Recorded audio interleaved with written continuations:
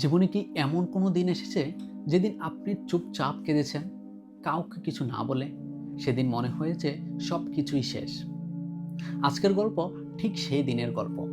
আসসালামু আলাইকুম রহমতুল্লাহি ওবরাকাতুহু। মানুষের জীবনে এমন কিছু সময় আসে যখন সে একদম একা হয়ে যায়। চারপাশে মানুষ থাকে কিন্তু তার কষ্টটা কেউ বুঝতে পারে না। সে হাসে কিন্তু সে হাসির আড়ালে লুকিয়ে থাকে হাজারো না বলা কথা। রাতের অন্ধকারে যখন শব্দ থেমে যায়, তখনই শুরু হয় তার আসল লড়াই। চোখ বেয়ে ঝরে পড়ে অশ্রু, আর সে মনে মনে বলে, হে আল্লাহ, আমি আর পারছি না। এই কান্নাটা কারোর জন্য দেখানোর না, এই কান্নাটা একান্তই তার রবের জন্য। আমরা ভাবি একই কষ্টগুলো আমাদেরকে শেষ করে দিচ্ছে, কিন্তু সত্যটা হলো এক কষ্টগুলোই আমাদের গড়ে তোলে। যখন সব ভরসা ভেঙে যায়, তখনই আমরা বুঝতে পারি আসল ভরসা তো একটাই, আর সেটা হলো আল্লাহ।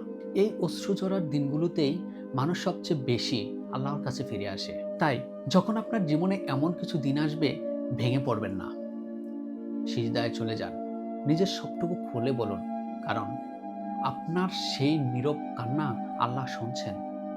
আর বিশ্বাস করুন, এই কান্নার পরেই আসবে শান্তি। অশ্রু ঝরার দিনগুলো আসলে শেষ না, এগুলো নতুন শুরু করার ইঙ্গিত।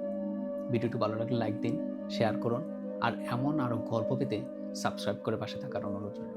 আসসালামু আলাইকুম রহমতুল্লাহি ওয়া বারাকাতুহু।